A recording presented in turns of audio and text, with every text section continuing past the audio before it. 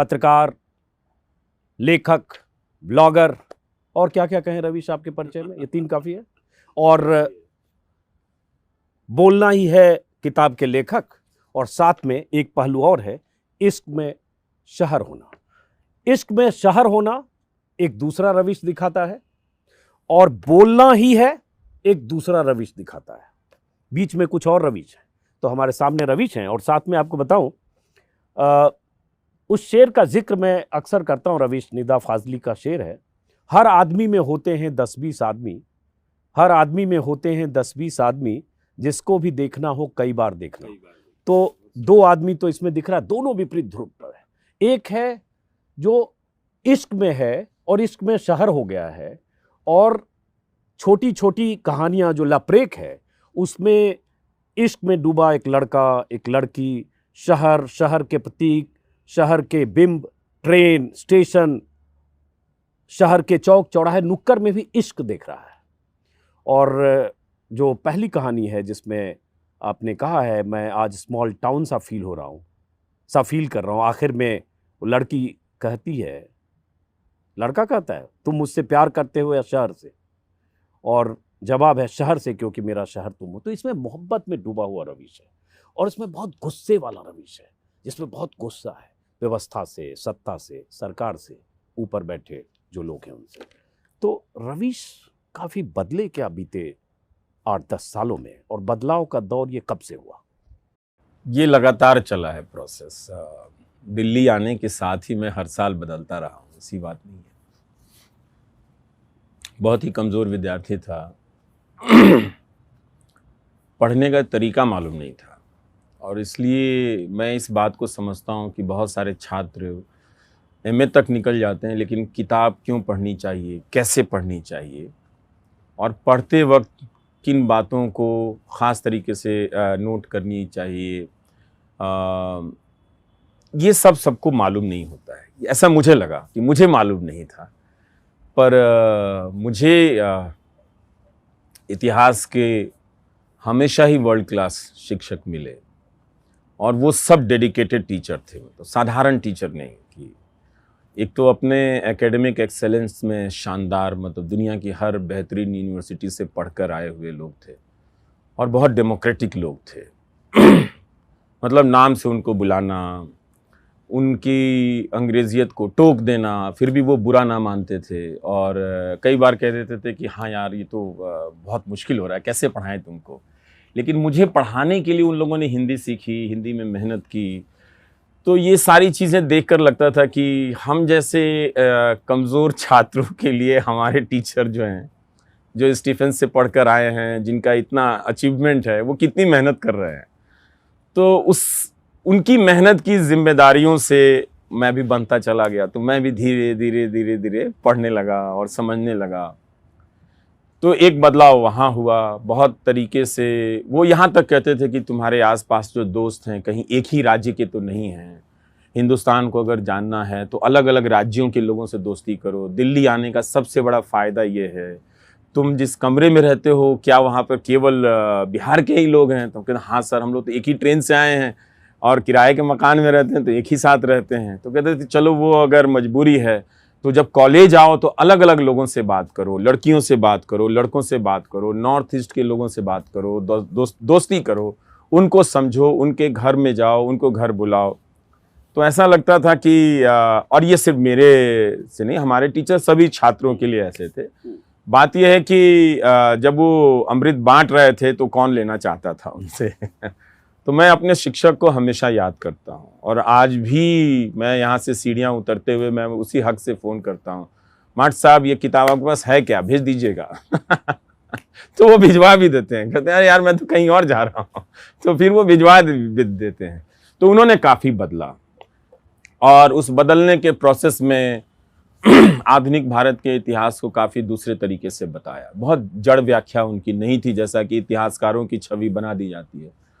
अब इस देश में कोई अजीत जी इतिहास तो पढ़ता नहीं है, सारे लोग मेडिकल पढ़ने चले जाते हैं, इंजीनियरिंग पढ़ने चले जाते हैं, और बाकी लोग जो पॉलिटिक्स में हैं, हाँ, और बचे हुए व्हाट्सएप पढ़ते हैं। फिर आके एक सुबह उठ के कहते हैं हमें तो पढ़ाया नहीं गया। एक सम्राट अशोक पे ही नयनजोत लाहिरी ने किताब लिखी है तो उस किताब को लिखने के लिए उन्होंने 300 रेफरेंसेस, उसमें बहुत सारे 200-250 किताबें हैं। अब अचानक कोई आके कहे कि अशोक के बारे में बताया नहीं गया, भाई इतिहासकार काम कर रहा था। कितने ही कम लोग हिस्ट्री पढ़ते हैं, कितने ही कम लोग जाके रिसर्च स्कॉलर बनते हैं। तो जाहिर है इतने बड़े देश का इतिहास कभी भी पूरा नहीं लिखा जा सकता है।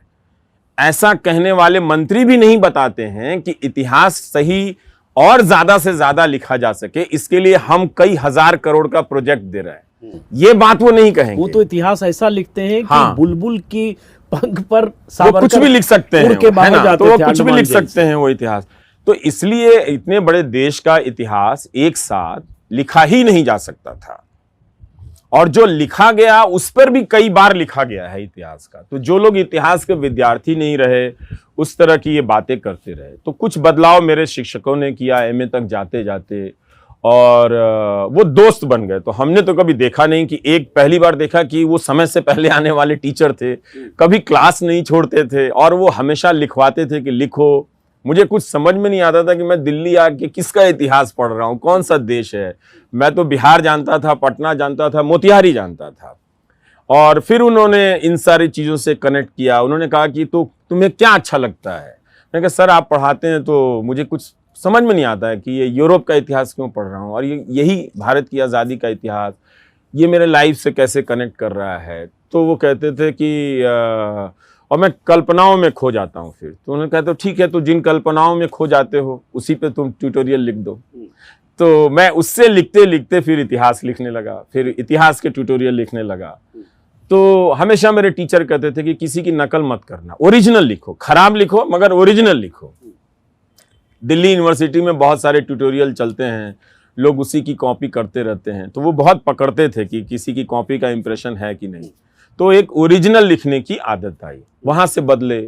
फिर जब आप पेशे में आए तो वो कुछ और हालात थे, और लेकिन पढ़ाई लिखाई का बैकग्राउंड बहुत महत्वपूर्ण था मेरे कुछ भी होने में। इसलिए मैं हमेशा लोगों को ये कहता हूँ कि पढ़ते चलिए आप अगर युवा हैं तो, क्योंकि जब आपको मौका मिलेगा या कोई ऐसी कुर्सी मिलेगी या कोई ऐसा कोई शो मिलेगा, अगर पढ़ाई का बैकग्राउंड नहीं है तो फिर आप उसके साथ न्याय नहीं कर पाएंगे। बहुत जल्दी आप थक जाएंगे, या सस्ती चीज़ें आप का इस्तेमाल करने लगेंगे लोकप्रिय होने के लिए। तो मेरे पास वो तैयारी थी मेरे बदलाव में। लेकिन मैं फिर एक बीच में डाल रहा हूँ सवाल। इस बदलाव में अगर किताब के छपने का साल देखें तो 2 साल का फर्क है। शायद 2015 में ये छपी, हाँ। इश्क में शहर होना शायद 17 में ये छपा है। ये 17 की किताब है, बोलना ही है। हाँ। और जिसका कई भाषाओं में अनुवाद है, अंग्रेजी समेत।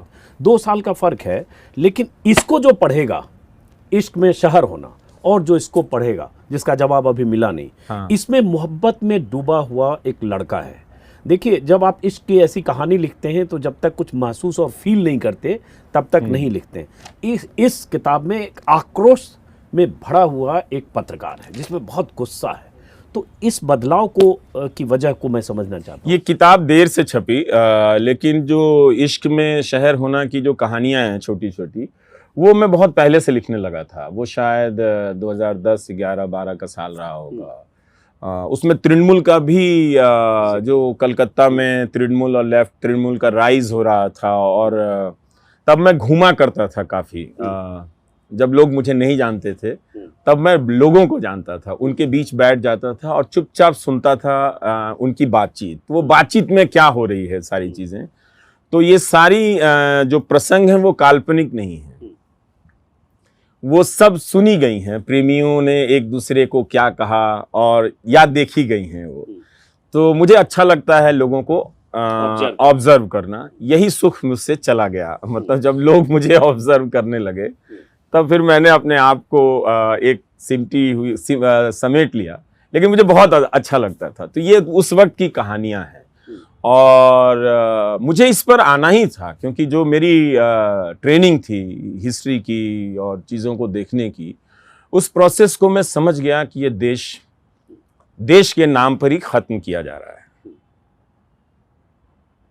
और मुझे लगता था कि शायद मेरी बातें समय के साथ गलत साबित होंगी, पर ऐसा हुआ नहीं।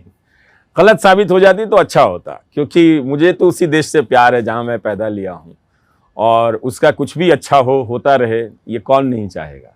लेकिन बातें तो सच ही निकली। अगर आप अब 8 साल का वक्त है, आप देख सकते हैं। तो इस किताब में एक बागी रवीश दिखता है, और उसके बाद आपके भाषण जितने हम देखेंगे, जो अलग अलग सेमिनार में आप बोलते हो, चैनल पर तो आपने जो किया प्राइम टाइम में, दर्शक जो अभी देख रहे हैं मोटे तौर पर सब जानते हैं। तो ये जो आपके भीतर आक्रोश है, वो आक्रोश 2016-17 से उसकी शुरुआत होती है, जब लिंचिंग और तमाम ऐसी घटनाएं हो रही थी। आप पर भी व्यक्तिगत हमले हुए, आपको गालियां दी गई, जिसका जिक्र आप करते रहे हो अपने लेखों में।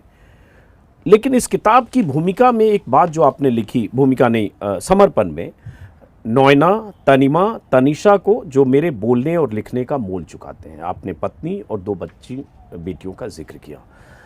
ये मोल कैसे चुकाते हैं, जरा हम यहाँ से समझना चाहेंगे कि एक पत्रकार अगर इस दौर में सत्ता के खिलाफ या सत्ता की आलोचना करता है, उस पत्रकार को क्या क्या झेलना पड़ता है। अपने शब्दों में आपने कई बार कहा है, लेकिन उसके परिवार पर क्या बीतता है, जिसका इशारा आप इस 2 लाइन में कर रहे हैं।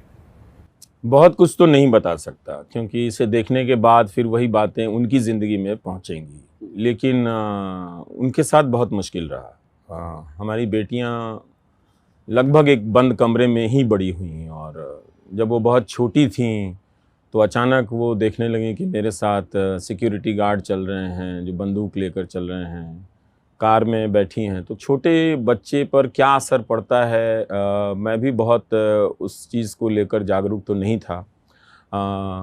मुझे लगता था कि शायद उन्हें भी अच्छा लगता होगा कि कोई पुलिस है और या फिर ऑफिस का दिया हुआ सिक्योरिटी गार्ड है, तो उन्हें वो ज़्यादा सुरक्षित महसूस करती होंगी। लेकिन बच्चों के मन पर दूसरा असर पड़ता है। बच्चे फिर कल्पना करने लगते हैं कि कोई उनके पापा को गोली मार देगा, तो उनके पापा की ज़िंदगी की क्या होगी, फिर हमारे पापा नहीं रहेंगे। तो वो डर और उसकी प्रक्रिया का असर तो हुआ उनकी ज़िंदगी पे। फिर हम एक साथ कहीं जाने आना हमारा बंद हो गया, कि बहुत तरह से लोग जब हम ऐसे भी कम वक्त मिलता था तो किसी रेस्तरां में बैठे हैं, आसपास नज़र देख रहे हैं, बेटियां ही नोटिस कर रही हैं कि पापा कोई उधर से कैमरा ऑन करके रिकॉर्ड कर रहा है। तो वो खुद ही सहज नहीं हो पाती थी कि क्या खाएं नहीं खाएं। ग्लास है, जैसे इसमें चाय है, तो कोई कहेगा कि हाँ ये शराब है ना। तो इस तरह से लोग क्या नोटिस कर रहे हैं, टेबल पे क्या रखा हुआ है। उस वक्त तो खाने पीने की चीज़ों को लेकर भी इतना हंगामा होता था, वरना तो आप क्या खा रहे हैं आप ऐसे करके फ़ोटो खिंचा सकते थे कि चिकन को लेके भी क्या बना दे और मटन को लेके भी लोग क्या बना दें। तो वो फैमिली लाइफ तो ख़त्म हो गई, मतलब पूरी हमारी। और उन्होंने ज़्यादा कीमत चुकाई है, बहुत ज़्यादा। और उनका बचपन नॉर्मल नहीं था, और ऐसा भी नहीं था कि हम कोई लोग समझते हैं कि कोई मैं बहुत बड़ा स्टार हूं, पर आप जानते हैं कि मैं जहां रहता हूं बहुत सामान्य सा घर है, सामान्य सी जगह है। तो हम वो भी नहीं था कि हम कोई सेलिब्रिटी वाली ज़िंदगी जी रहे हैं जहां पे और हमारे घर के काम करने के लिए 4-5 और स्टाफ हैं, तो वो भी नहीं था। तो वो पहले मैं सब्जी खरीदने खुद ही जाता था, वो बंद हो गया, फिर किसी और पे डिपेंड होने लगा। मार्केट में कई बार, मैं एक छोटा सा किस्सा बताता हूँ। केक बनाने की कोई चीज़ें खरीदनी थी, तो मेरी बेटी ने कहा कि चले जाकर ले आएँ। तो मैं बालकनी में खड़ा था, छोटी सी बालकनी है, तो मैंने कहा कि इतना भी कुछ ज़्यादा ही मैं डर गया हूँ या सीरियसली ले रहा हूँ, चलते हैं। तो मैं गाड़ी से बैठा और 100 मीटर की दूरी पर गया, एक केक की दुकान में खरीद ही रहा था। उस फ्रैक्शन ऑफ सेकंड में भी 4 लोग आ गए और घेर के वो बदतमीजी करने लगे मेरे साथ। आप बच्चे के साथ हैं, और फिर मुझे डिसाइड करना है कि क्या करना है, तो मैं तो लड़ नहीं सकता उन लोगों से। फिर आप गाड़ी में बैठते हैं, फिर वहाँ से आप अपने आप को निकालते हैं। इन सब का बच्चों में बहुत धीरे धीरे असर होता चला गया। और तो ये स्थितियां बदली है या जैसे नहीं बदली, 4 साल पहले, 5 साल पहले, इतना आप बहुत वोकल उस समय थे, अभी बिल्कुल नहीं बदली हैं, अभी भी वैसा ही है। अभी भी 4 लोग आ जाते हैं। देखिए क्या है, चाहने वाले तो 40 आते हैं और ये गाली देने वाले 4 आते हैं, लेकिन ये इंडिविजुअल नहीं है, ये स्टेट के एक्सटेंशन है। इनको आपको समझना पड़ेगा। ये पार्टी के एक्सटेंशन है, तो ये पूरे पावर सिस्टम के एक्सटेंशन है। ये झगड़ा करके आपके ऊपर मुकदमा कर देंगे। आपको कोई, अब तो सुप्रीम कोर्ट के जस्टिस ही कह रहे हैं कि बेल देने में जज को परसेप्शन से डर लगता है। सीजेआई ने कहा है, तो अब हम क्या कहेंगे, हमको डर लगता है। जब जज को डर लगता है तो अब हमारी आपकी तो बात ही बंद हो जानी चाहिए कि हमें डर लगता है। पहले तो उन्हीं को डर से आजाद करें कि आप कम से कम फैसला तो सही लिखो।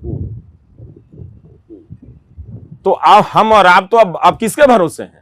जब वो तो किसी भी तरह के मुकदमे में फंसा देंगे ना आपको। फिर बैठिए 4 महीने तक और 6 महीने तक जेल में बैठिए। कफील खान पर क्या हुआ? इलाहाबाद हाईकोर्ट ने कहा ना कि इलीगल एनएसए है, इलीगल। कुछ हुआ उस अधिकारी का? कुछ हुआ? इस देश में कुछ भी इलीगल आप पे लगा के आपको 8 महीने के लिए, 2 साल के लिए जेल में डाला जा सकता है। तो आप तो झगड़ नहीं सकते हैं। लेकिन जब आप वहां से आते हैं एक सामान्य सी चीज खरीदने के लिए, तो उसके बाद आप अपने बच्चों के साथ जीवन कैसे बिताते हैं? यही ना कि कहीं पार्क में घूमने जाएंगे, कहीं खाना खाने जाएंगे, कोई चीज सामान खरीदने जाएंगे, कहीं ट्रैवल करने जाएंगे, तो एक मेमोरी बनती है। वो प्रोसेस पूरा खत्म हो गया तो वो मेमोरी नहीं बनी। तो जब वो नहीं मेमोरी बनती है तो उसके बहुत सारे रिपरकशन होते हैं, बहुत सारे दुष्प्रभाव होते हैं उसके। तो वो हुए, उन्होंने उसकी कीमत चुकाई। अच्छा, डर, मीडिया और बाकी पहलू पर आगे फिर बात करेंगे। बीच में अचानक मुझे ये भी ध्यान आ रहा है कि जो रवीश कुमार सुबह से लेकर रात तक प्राइम टाइम की तैयारी में रहते थे, 9 बजे प्राइम टाइम पेश करते थे, लाखों करोड़ों दर्शक देखते थे, अब रात 9 बजे क्या करते हो आप? ये क्या बदला? क्योंकि आप जिस परिवार से दूरी का जिक्र बार बार आप करते रहे हो, पहले वीडियो में भी आपने किया है, तो अब क्या वक्त आपके पास इतना है जिसको एंजॉय कर रहे हो, मिस ज़्यादा कर रहे हो या खुश ज़्यादा हो? बहुत मुश्किल है। मतलब 9 बजते बजते हमारे दर्शकों के मैसेज आने लगते हैं कि अब बताइए क्या देखें, खाना नहीं खाया जा रहा है, मिस कर रहे हैं, आप वीडियो भी नहीं बना रहे हैं। मैं बीमार पड़ गया था वायरल से। तो अभी उन्हीं सब चीज़ों को मैं समझ रहा हूँ, जज्ब कर रहा हूँ। इतना आसान तो नहीं है, क्योंकि मेरा दर्शकों के साथ बहुत दूसरा रिश्ता है। और मैं छींक भी देता हूं तो बहुत सारी दवाइयां घर भेज देते हैं लोग। हाँ, मैं कहीं सुन रहा था कैलिफोर्निया से किसी ने मुझे भेज दिए शायद, किसी जगह आपने कहा। हाँ। तो लोगों ने तो मैं लोगों के आंगन में नज़र आता हूं ज़्यादा। अब मैं नज़र नहीं आ रहा हूं तो वो काफ़ी उदास हैं। तो मुझे उनकी चिंता होती है कि कई लोग बहुत अच्छा लिख भी रहे हैं, बहुत उदास हो जाता हूं। पर एक जो था कि ये प्रोग्राम करते करते जिस तरह का जितना बड़ा प्रोग्राम था, आप टीवी इंडस्ट्री के जानकार हैं, तो उस अनुपात में रिसोर्स तो था नहीं। लेकिन फिर भी रोज़ मैं सुबह 7 बजे से लग जाता था लिखने में, टाइप करने में। ये पूरी कलाई, हथेली, इन सब उंगलियों में बहुत दर्द होता था और बहुत बेचैनी कि कल सुबह क्या करेंगे। कोई हेड स्पेस नहीं होता था। 10 बजे प्रोग्राम ख़त्म हुआ, 11 बजे तक मैसेजेस आते थे। और ऐसा नहीं कि हमारे दर्शक जो हैं सब वाह वाह करने वाले हैं, 4 पॉइंट ऐड कर दिया, ये छूट गया, ये एनालिसिस ठीक नहीं था, यहाँ तक कि कभी ऊंचा बोल दिया, ये पिच थोड़ा सा बेटा आप लो कर लो, है ना। तो बहुतों का मैं बेटा भी हूँ, तो हाँ हाँ माँ जी, हाँ आंटी ठीक है मैं कर लूँगा। तो गलती हो गई, जोश में आके बोल दिया था। नहीं, तुम पे बहुत दबाव है, तुम बीमार क्यों लग रहे हो, ऐसा करो कि थोड़ा गुड़ खा लिया करो, थोड़ा हम हनी भिजवा देते हैं, तुम मध खा लिया करो। तो वो एक रिएक्शन काम का, प्रोसेस का। तो हमारे दर्शक जो थे, अजीत जी हमेशा कहते हैं, वो फ़ैन नहीं है। वो चूँकि हम बहुत आलसी एनालिसिस कर देते हैं, वो लोग मेरे जागने से लेकर सोने तक के उस पीड़ा के प्रोसेस से वो जुड़े हुए लोग हैं। और वो जब देखते थे तो उसे पूरा महसूस करते थे। इसलिए मैंने कहा कि मैंने अपने आसपास एक इंस्टीट्यूशन बनते देखा है, वो है दर्शकों की संस्था। सारी संस्थाएं ढह गई हैं, मगर कुछ दर्शक होंगे। हो सकता है इसकी दुनिया बहुत बड़ी हो, मैं नहीं जानता इसका आकार कितना है, पर वो एक संस्था बनते देखा जो बहुत तरीके से मुझे कस रहे थे। मतलब ऐसा नहीं था, मुझे बहुत सहला भी रहे थे, दुलार भी कर रहे थे, कस भी रहे थे, बहुत सपोर्ट भी कर रहे थे कि नहीं उठिए। मतलब कई लोग तो च्यवनप्राश बनाकर भी भेजने लगे गुजरात से कि ये देखिए हम आपके लिए स्पेशल यहाँ से च्यवनप्राश बना रहे हैं, इसमें कोई मिलावट नहीं है, आपको यही खाना है सुबह और शाम। अश्वगंधा भेज रहे हैं कि मेमोरी ठीक रहे। तो वो सब अब मिस कर रहे हैं। वो दर्शक तो हैं ही उनकी तो जिंदगी से। तो क्या सोच रहे हो? जैसे आपने YouTube शुरू किया, हालांकि मैं फिर कहूँगा ऑन रिकॉर्ड कि मैं किसी को ऐसा नहीं जानता, इतना रिसर्चर नहीं हूँ, लेकिन कोई ऐसा पत्रकार जो यूट्यूब पर आए और 10-15 दिन में 3 मिलियन से ज़्यादा सब्सक्राइबर हो। मैं भी 2.5 साल से हूँ, अभी 3 मिलियन होने में कुछ हज़ार बाकी हैं, लेकिन न सिर्फ 3 मिलियन से ज़्यादा सब्सक्राइबर होना बल्कि लाखों देखना। और एक जिक्र जो मैंने पहले किया, 1,37,000 लोगों ने कमेंट किया रवीश, और उसका अनुपात देखेंगे, मैं तलाश रहा था कि इसमें गालियाँ और तालियाँ कितनी हैं। बहुत कम लोग होंगे उसमें ज़्यादातर लोग, शायद 90% आपके लिए इतनी अच्छी अच्छी बातें लिख रहे हैं कि किसी के हौसले को उड़ान मिल जाए उससे कि अरे यार, हम तो अपने दम पर इतने चाहने वाले लोग हैं। पर मैं उसमें अपने लिए नहीं देखता हूँ, मैं उन सराहनाओं में मैं पढ़ता हूँ सबके कमेंट्स को। अब तो उंगलियों में बहुत दर्द है, वरना मैं सबको जवाब देता। मैं इस तरह का फितूरी आदमी था कि तो अब बहुत दर्द होता है, मतलब उंगलियों में, तो मैं टाइप नहीं कर पाता कम। तो अभी उसको आराम है, मतलब अभी प्राइम टाइम नहीं करने से मतलब हाथों को थोड़ा सुकून है।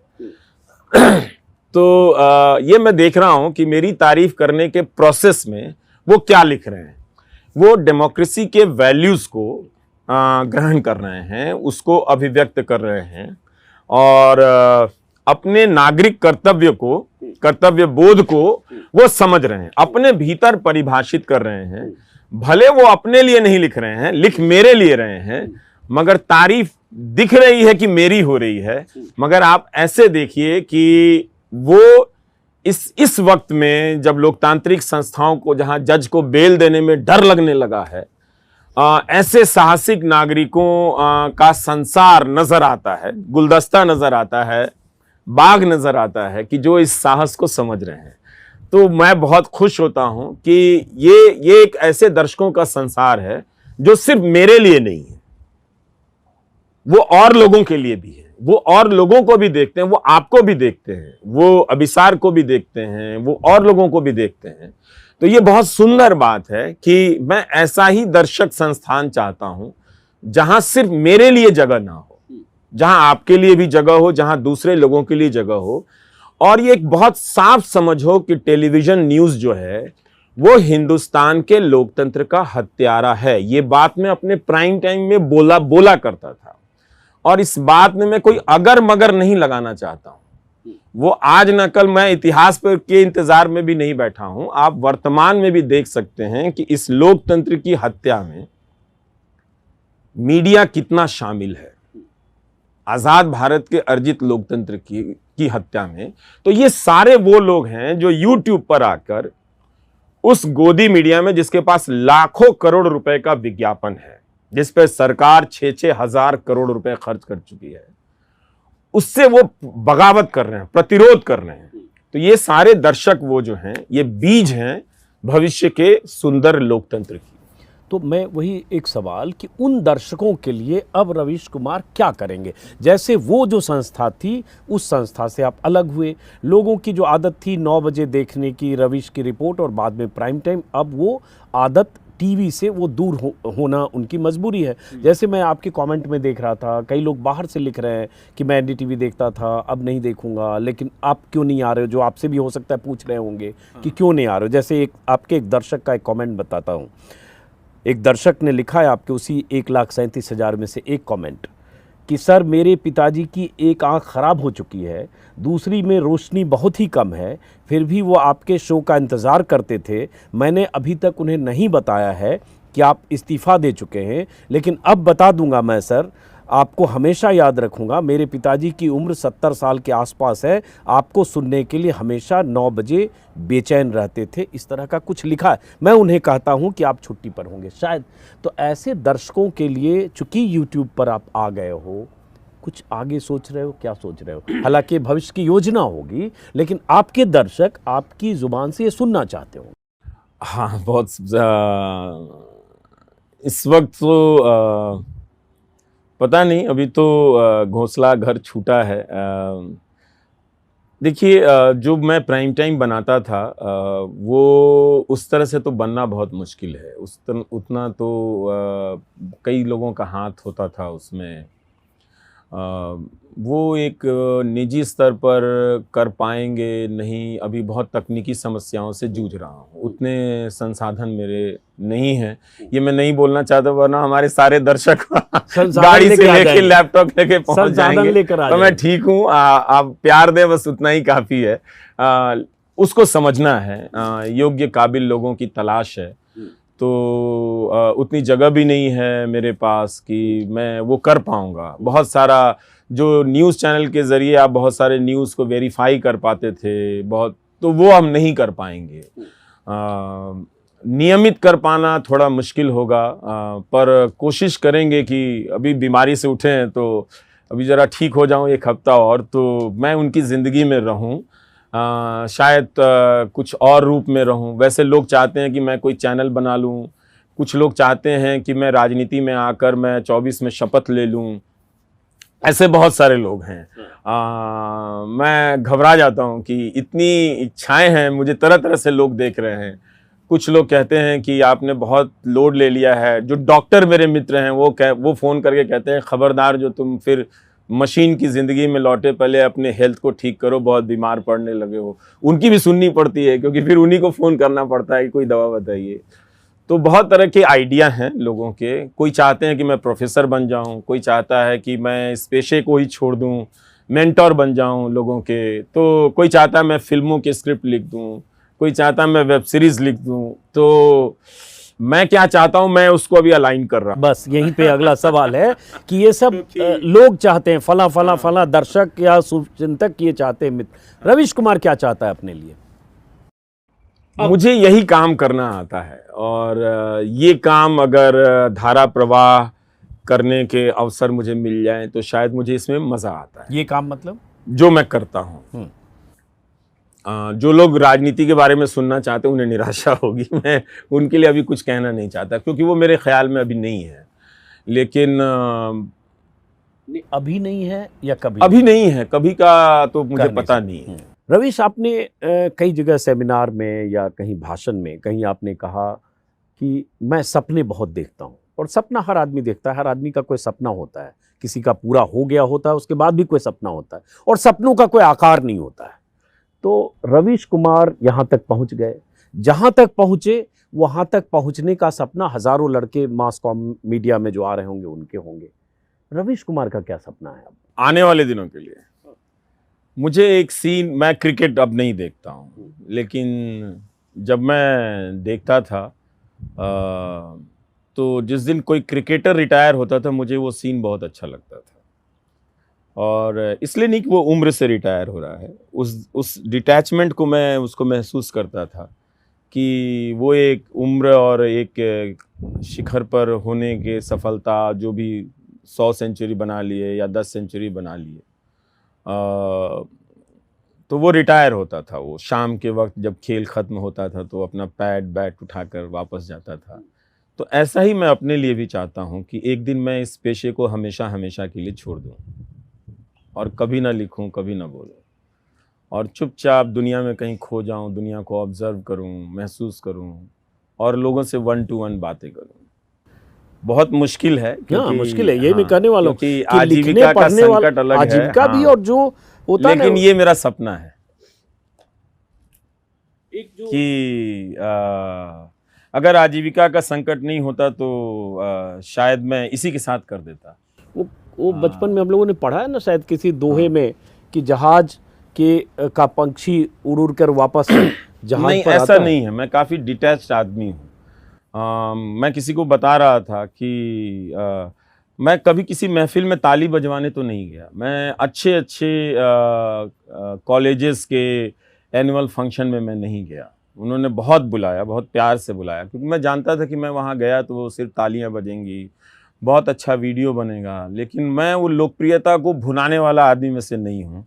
आपने देखा भी नहीं होगा कि बहुत रेयर मैंने ट्वीट किया होगा कि मेरे बारे में ये आर्टिकल छपा है, LA टाइम्स में छपा है, टाइम्स में छपा है, गार्डियन में छपा है। मैंने कभी नहीं किया, जैसा बाकी अंग्रेज़ी के एंकर दिन रात करते रहते हैं। मेरे ऊपर विनय शुक्ला ने फिल्म बनाई, उसका ख्याल करके कि उसने बहुत मेहनत की है तो 2-4 बार लिख दिया, लेकिन उस फिल्म को कहाँ तारीफ़ मिली, कहाँ लोगों ने मेरे बारे में ट्वीट किया, आप उसके बारे में भी बहुत सुनते नहीं होंगे आप, कि मैंने इस तो फिल्म वीडियो के- देखा हाँ, जब यूएस में लोग स्टैंड अप। हाँ, कि वो सब भी आप नहीं देखें कि मैं ट्वीट कर रहा हूँ कि मेरी बड़ी तारीफ हो रही है, मेरी बहुत लोगों ने इतना अच्छा लिख दिया है, ये लिख दिया है। तो मैं उससे बहुत अलग भी रहता हूँ, मतलब उनसे मैं बहुत प्रभावित भी नहीं हूँ, बहुत स्वीकार करता हूँ सहर्ष, लेकिन मैं उसके साथ जी सकता हूँ। इस 3 साल के दौरान मैं अपने कमरे में जब बंद रहा और उस सेलुलर जेल वाली ज़िंदगी में मैं सुबह शाम टाइप करता रहा, तो कई लोग कहते थे कि तुम इस लोकप्रियता का चस्का है, इसके बिना जी नहीं पाओगे। वो लोग मुझे नहीं जानते हैं। मैं कभी लोकप्रियता का चस्का लेने गया ही नहीं। मैं इतने बड़े-बड़े सम्मेलनों और इतनी बड़ी-बड़ी यूनिवर्सिटीज़ में जाने को मना कर चुका हूँ। आपको पता नहीं होगा कि मैं हार्वर्ड गया हूँ, आपको पता नहीं होगा कि मैं स्टैनफोर्ड गया हूँ, आपको ये भी पता नहीं होगा कि मैं बर्कले गया हूँ। नहीं, मुझे तो पता है, हाँ, क्योंकि मैं मतलब बहुत नजर लोगों रखता को हूँ। हाँ। कहने का मतलब है मैं दिन हाँ, भर दर्शक। ट्वीट नहीं कर रहा जी, हूँ। बिल्कुल। जैसे बाकी अंग्रेजी के जो लोग हैं 24 घंटा ट्वीट कर रहे होते हैं। काफ़ी बड़ी सभा थी वहाँ पे जब मैं बर्कले गया था तो, और हार्वर्ड गया था तो, और कोलंबिया गया था तो। हमने कोलंबिया स्कूल ऑफ जर्नलिज्म में सबको कहता हूँ वहाँ जाने की थोड़ा तैयारी कर लो, पढ़ लो, देखो हो सकता है। उसके बारे में भी कोई ट्वीट या फेसबुक पोस्ट नहीं किया। जहाँ मेरी फिल्म दिखाई गई और जहाँ कमरा इतना भर गया था कि मैं ही बाहर खड़ा था। तो देखा मैंने, मंच पे आ रहे थे तो बहुत सारे लोग तो हॉल में फिल्म खड़े होकर खत्म होने तालियां के बजा बाद रहे में मैं एंटर किया, तो इसलिए कि मैं उसमें नहीं रहता हूँ। वो मेरे काम की वजह से, मैं ये जानता हूँ कि मैं अच्छा काम करूँगा और मेरे दर्शक बड़े सख्त हैं। मैं अच्छा काम करता हूँ तभी वो तारीफ करते हैं, बाकी की नहीं करते हैं। वो लिख देते हैं कि आज का शो एवरेज था। ये भी मुझे कमेंट मिलता था, तो मुझे लिखना पड़ता था कि हर दिन कहाँ से अच्छा करूँगा, देखता हूँ कल कुछ करूँगा। तो वो मैं इससे डिटैच भी हूँ। अगर मेरी आर्थिक शक्ति इतनी होती तो मैं इसी बार हमेशा के लिए इस पेशे को छोड़ देता। अच्छा, और उसके बाद मैं कुछ करता, मैं देश में घूमता, थोड़ा महसूस करता लोगों को, और अब चूंकि करना पड़ेगा तो मुझे यूट्यूब करना पड़ेगा और ये सब चीज़ें जीने के लिए करना पड़ेंगी। तो वो पैसे तो कमाए नहीं मैंने तो अब क्या करें। पर मेरा, आपने चूंकि सपना पूछा तो मैंने सपना बताया। ठीक है, वही मैंने कहा, लेकिन अभी भी कि मेरा सपना है कि मैं इस पेशे को, लिखना बोलना, हमेशा हमेशा के लिए छोड़ सकूं, ताकि नए लोग आएं और मैं अपने जीवन में दूसरों को भी सुनना चाहता हूं। ये मेरी आदत है। मैं बहुत सारे नए रिपोर्टर की रिपोर्ट पढ़ता हूं, अपने फेसबुक पे डालता हूं। आप बड़े बड़े एंकर को देखिए, वो कभी दूसरे रिपोर्टर का नाम नहीं लेते हैं, पूरी जिंदगी में नाम नहीं लेते हैं, कैमरा पर्सन का नाम तक नहीं लेते हैं। ये लोग क्या करेंगे जिंदगी में? क्या मैं लोकप्रियता को गठरी में बांध के अपने साथ ले जाऊंगा दुनिया से? नहीं ले जा सकता ना। कोई ऐसा तरीका नहीं है, ना मैं किसी अचार की शीशी में बंद कर सकता हूं उसको। ये तो हवा के झोंके की तरह है कि आई और चली गई, वो किसी और के यहां भी जाएगी। ऐसा नहीं है कि इसे मेरे पास ठहर जाएगी। और ना मैं अपने दर्शकों को रोक सकता हूं कि आप सिर्फ मेरे होकर रहो या मैं आपका होकर रहूंगा। तो इसलिए मैं काफ़ी नए लोगों की रिपोर्ट पढ़ता हूँ और अपने आप को ट्रेन करता हूँ कि पढ़ो, एक नए रिपोर्टर ने लिखा है, फिर जाके फेसबुक में लिखता हूँ। तो ये अच्छा है कि दूसरों को देखना, दूसरों को के काम को देखना, वो कैसा बोल रहा है, नए खिलाड़ी को आगे आते देखना, ये सब ज़िंदगी की बहुत सुंदर चीज़ें हैं जिसकी अनुभूति होनी चाहिए, जिसकी अनुभूति का सपना हर किसी को देखना चाहिए। अब उसी सपने से है, हालांकि आपने अपनी बात कही, फिर भी हर आदमी कुछ पाना चाहता है हर वक्त। जो कहे कि मैं कुछ नहीं पाना चाहता हूं, वो संतय को प्राप्त हो चुका है। लेकिन रवीश कुमार भी कुछ पाना चाहते हैं कि नहीं? जैसे मैं कहूं तो हाँ, मैं पेंशन पाना चाहता हूं। आप मुझे पेंशन दे दीजिए, इसीलिए मैं पुरानी पेंशन व्यवस्था का समर्थक हूं। नहीं, ये तो आप मजाक कर नहीं, मजाक नहीं कर रहा हूं। सरकारी नौकरी में तो आप हो नहीं कि आपको पेंशन मिलेगा। मैं कह रहा हूं कि कोई भी सरकार मुझे पेंशन देगी, मैं जाकर ले लूंगा। नहीं, वो तो नहीं देगी ना तो कोई देगी नहीं देगी, तब फिर तो मैं चाहता हूं, नहीं ऐसा कोई मेरा ये पाने वाला सपना नहीं है मेरा, ऐसा कुछ नहीं है। कोई अधूरा जो काम, सपना था वो आपको कोई बता दिया। अधूरा, थोड़ा झांको अपने भीतर। मैं इतनी कोई अधूरा ऐसा या तो दूर तक नहीं सोचते हो, नहीं सोचना चाहते। बहुत लोग कहते हैं मैं आज में जीता हूँ, वर्तमान में जीता हूँ। ऐसा नहीं है कि वो सब तो मटेरियलिस्टिक सपना है कि बच्चे बड़े हो जाएं, कुछ कर लें और थोड़ा ऐसा घर खरीद लें कि जिसमें धूप आती हो। वो तो सब चलता रहता है, लेकिन ऐसा कोई ऐसी कोई चाह नहीं है कि मैं चाहता हूँ कि जो भी सपना है वो दूसरों में बड़ा हो जाए और लोग थोड़े जैसे मैं अक्सर कहता था कि अब मुझे समझ में आया कि नागरिक होना सबसे मुश्किल काम है, बहुत मुश्किल काम है नागरिक होना, और कभी लगता था कि ये सबसे आसान काम है। तो अगर ये बोध आ जाए तो यही सपना है, फिर लोग मैं ऐसा देश नहीं देखना चाहता कि जहाँ जज को डर लगे, और जहाँ जज फैसला दे तो उस फैसले को संदिग्ध निगाह से देखा जाए, जहाँ सर्वोच्च अदालत की कुर्सियों पर बैठे हुए लोग भी किसी वक्त में कमज़ोर नज़र आएँ, जहाँ चुनाव आयोग के आयुक्त या ईडी के लोग हेरा फेरी या फिर उनकी किसी भूमिका पर लोग संदेह करते नज़र आए। लोकतंत्र में रहेगा, लेकिन मैं देखना चाहता हूं कि जो ईडी में है या जो चुनाव आयोग में हैं वो उन मर्यादाओं के रक्षक बने, ना कि किसी सरकार की तरफ झुके हुए ज़्यादा नज़र आएँ। 8 साल में जिन तरह के जो प्रश्न उठे हैं, मुझे बहुत दुख होता है कि मैं कई बार सोचता हूं कि इस देश के लोगों को किसी सरकार से, किसी अतीत के फैसले से नाराज़गी होनी चाहिए, पर क्या इतनी नफ़रत थी कि वो सब चीज़ों को ढहा देना चाहते हैं? क्या वो जानते हैं कि इससे उनका कितना फ़ायदा है या नहीं है? तो ये सब सपने अब व्यक्तिगत तो नहीं है, व्यक्तिगत सपने अब क्या हैं, हेल्थ ठीक रहे और पेंशन जैसी कोई चीज़ की व्यवस्था हो जाए तो फिर ठीक है। नागरिक की बात रवीश, नागरिक और संविधान की बात लगातार कई सालों से करते रहे हैं कि नागरिक होना ज़रूरी है, नागरिक का धर्म और फ़र्ज निभाना, और संविधान का जिक्र अभी भी रवीश ने कहा, उस पर भी हम थोड़ा आगे बात करेंगे, क्योंकि मैं चाहता हूँ थोड़ा खुल के रवीश के कुछ और पहलू भी बाहर आए, और कुछ वो बातें जो शायद अब तक एनडीटीवी में रहते हुए सेमिनार में या सभा में या गोष्ठियों में शायद बची रह गई होगी। तो एक बात आपने वैसे कहीं कहीं जिक्र किया है कि जब जो लोग आपको बिहार यूपी के लोग देखते होंगे, युवा लड़के जो खास करके इस पत्रकारिता, इस पेशे में आते होंगे, तो उसमें आप में उनको अपना अक्स इसलिए भी दिखता होगा क्योंकि आप हिंदी वाले हैं। ट्विटर पर भी आपने लिखा मुझे अंग्रेजी नहीं आती, पर मेरी मातृभाषा भोजपुरी है। हाँ ठीक है, भोजपुरी है, लेकिन वो मातृभाषा है जहाँ से परवरिश हुई घर में, लेकिन हिंदी आपकी भाषा है, बिहार के हैं।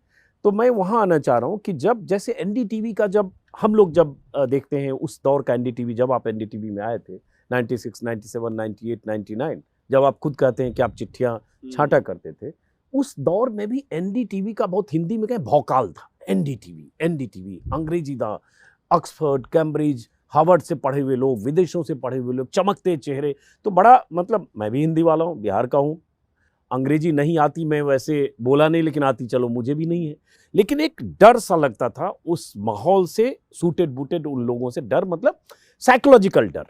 तो आप भी उस डर के कैदी रहे या नहीं रहे, और रहे तो निकले कैसे? मैं थोड़ा उस यात्रा में झांकना चाहता हूं। हाँ, उस भौकाल को हमेशा एनडीटीवी के इस भौकाल को एक ही तरह से समझा गया कि वहाँ ऑक्सफोर्ड और कैम्ब्रिज वाले आते थे। हालांकि एक का तो कितना ख़राब प्रदर्शन आप देख ही रहे हैं, कोई जो अंग्रेज़ी को उन्होंने क्या हालत कर दी है अंग्रेज़ी की, जिस अंग्रेज़ी को हिंदुस्तान में सीखने के लिए माँ बाप कितने लाख रुपए खर्च कर देते हैं, और उस अंग्रेज़ी में वो जहर ही फैला रहे हैं भाई साहब। तो वो भी वहीं थे, लेकिन हाँ, तो ऐसे भी लोग थे, पर वो भौकाल एक था एनडीटीवी के प्रोडक्शन क्वालिटी का, रिपोर्ट और शूटिंग, ग्राफिक्स, ये सब इस उम्दा तरीके से होता था ना कि वो चैलेंज बन जाता था दूसरे लोगों में, क्योंकि वो अचीव नहीं कर पाते थे, तो वो एक थ्रेट होता था। उन्हें लगता था कि ये शायद ये 2-4 एक ऑक्सफोर्ड और कैम्ब्रिज वालों की वजह से है, पर वहाँ सारे ऑक्सफोर्ड कैम्ब्रिज वाले नहीं थे, और जो थे तो मुझे तो उनके हिसाब से तो मुझे उस यूनिवर्सिटी पे फ़ख्र नहीं है, वो ज़रूर उनके ख़राब स्टूडेंट यहाँ आए। ऑक्सफोर्ड और कैम्ब्रिज को मतलब इनके परफॉर्मेंस को देखकर कम से कम रिव्यू करना चाहिए कि इंडिया में जो पब्लिक स्पेस में उनके स्टूडेंट्स हैं वो इतने ख़राब क्यों हैं। लेकिन आप जिस बैकग्राउंड से आते हैं उसमें एक बात उसकी होती है, सहजता की होती है, नैसर्गिक अधिकार बोध की होती है, जिसको अंग्रेजी में एंटाइटलमेंट कहते हैं। वो ज़रूर कम लगता था, क्योंकि मेरी शुरुआत चिट्ठी छांटने से हुई थी। पर उसी अंग्रेजी बोलने वाले लोगों में से बहुत सारे लोग आगे आए जिन्होंने देखा, मुझे समझा, मुझसे मदद ली, मुझे मदद की काफ़ी, तो वो भी एक अनुभव है। पर वो जो पूरी प्रक्रिया है जिसकी तरफ आप पूछना चाह रहे हैं, वो इतनी आसान नहीं है, इतनी सरल नहीं है कि उसको एक इंटरव्यू में कहा जा सके। लेकिन हाँ, मतलब हर समय नाप-तौल, चूँकि बहुत नीचे से आप शुरू कर, बहुत दिनों तक लोग याद दिलाते रहे कि तुम मना कर देते हो, तुम याद करो तुम यहाँ चिट्ठी छाँटते थे। तो जब मैं एंकरिंग में आया तो मैं बहुत सारी चीज़ें ना भी कहता था कि मैं नहीं करूँगा, और जो कह दिया सो नहीं किया मैंने उसमें। तो वो उसमें लोग याद दिलाते थे कि ये धारणा बन रही है कि तुम हर चीज़ में मना कर देते हो, तुम यहाँ चिट्ठी छाँटा करते थे, ये भी तो देखो एंकर बन गए हो। तो मैं कौन सा चाहता था एंकर बनना, मैं तो रिपोर्टर बन के खुश था, वो तो मेरी मर्जी थी नहीं कि मैं एंकर बनना। तो वो एक स्ट्रगल रहा, लेकिन मैं इस बात को जानता था कि जहाँ से ये पढ़ के आए हैं, वहीं से पढ़ के मेरे टीचर भी आए हैं, उसी येल यूनिवर्सिटी से, उसी कैम्ब्रिज यूनिवर्सिटी से, और इनसे कहीं ज़्यादा काबिल लोग हैं। तो मैं बहुत दुनिया के बेहतरीन इतिहासकारों का छात्र रहा था। तो मैं हमेशा इस बात को याद रखता था कि किसने मुझे पढ़ाया है। और तो वो जिस यूनिवर्सिटी, भले उस यूनिवर्सिटी की मेरी डिग्री नहीं थी और मैं कभी सोचता भी नहीं था, मेरे टीचर कहते थे कि तुम अगर हिस्ट्री में रहोगे तो आगे जाओगे। मैं कहता था सर मुझे 4 लाइन अंग्रेजी नहीं आती है, अब इस भाषा में पूरी ज़िंदगी नहीं निकालनी है इसको सीखने में, तो मैं नहीं जाता हूँ, मैं नहीं रहता हूँ। लेकिन उन्हीं यूनिवर्सिटी ने मुझे बुलाया, मेरे लेख का अनुवाद करवाया उन्होंने खुद ही, मैं जाके वहाँ हिंदी में बोला। तो वो दुनिया जिसे हम बंद समझते हैं वो खुली हुई दुनिया है। उसी अंग्रेजी बोलने वाले लोग में भी आते हैं कि आपका टेक्स्ट क्या, लाइए हम ट्रांसलेट करते हैं। तो हम हमेशा एक अलग तरह के बाइनरी में देखते हैं कि वो अंग्रेजी है तो हिंदी के विरोध में है, ऐसी बात नहीं है। जो वहाँ हिंदी में भी जो हिंदी बोलने वाले भी बहुत तरह से ख़राब लोग हैं, उसी तरह से अंग्रेजी बोलने वाले में भी बहुत सारे ख़राब हैं। हर कोई वहाँ क्रीम नहीं है कुछ फटे हुए दूध भी हैं मतलब ये भी है।